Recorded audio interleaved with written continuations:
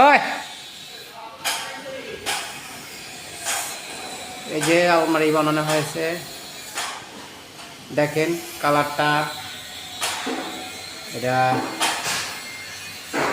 Hand polish, হাতে polish করা হয়েছে, ম্যাট পলিশ, গ্লেজ হয় না এখনও।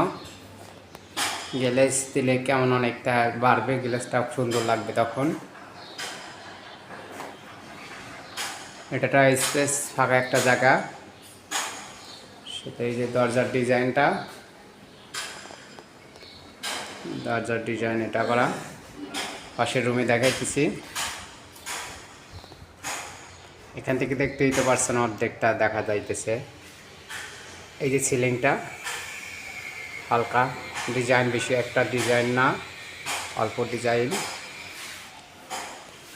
আর হচ্ছে এখানে একটা শোকেস র্যাকস, দেখুন এটা গ্লাস হবে, গ্লাস সিস্টেম থাকবে। যদি কেউ বাসা অফিসে এসব কাজ করান তাহলে এখান থেকে দেখে পছন্দ করতে পারেন। পছন্দ করলে আপনি এখান থেকে কাজ করাতে অনেক কম টাকায় কাজটা করাতে পারেন। এই যে এই রুমটা দেখেন, এই যে হালকা একটু ডিজাইন, বেশি ডিজাইন না, অল্প ডিজাইন। এখানে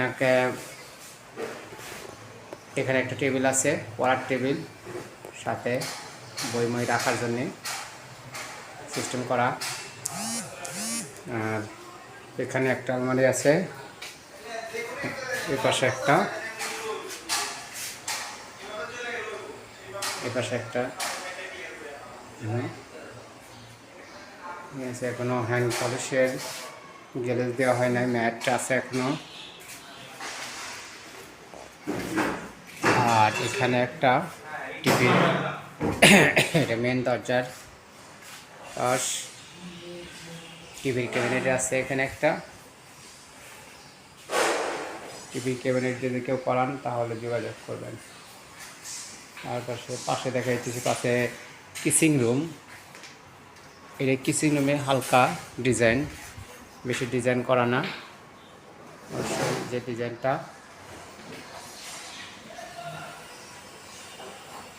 এই যে ডিজাইন, এটা মেলাইন বোর্ড। এই বোর্ড কিছু হয় না, তেল কাস্টমাইজড হয় না। তো আবার এখানে নিচে পিভিসি বোর্ডের, মেলাইন বোর্ডের মতনই পিভিসি বোর্ড। এটা অনেক পানি লাগলে নষ্ট হবে না। এটা বরাবর দিয়া এখানে ডয়ার সিস্টেম আছে 3টা।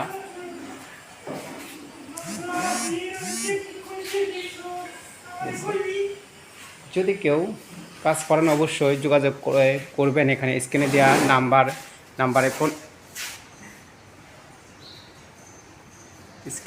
নাম্বারে ফোন দিয়ে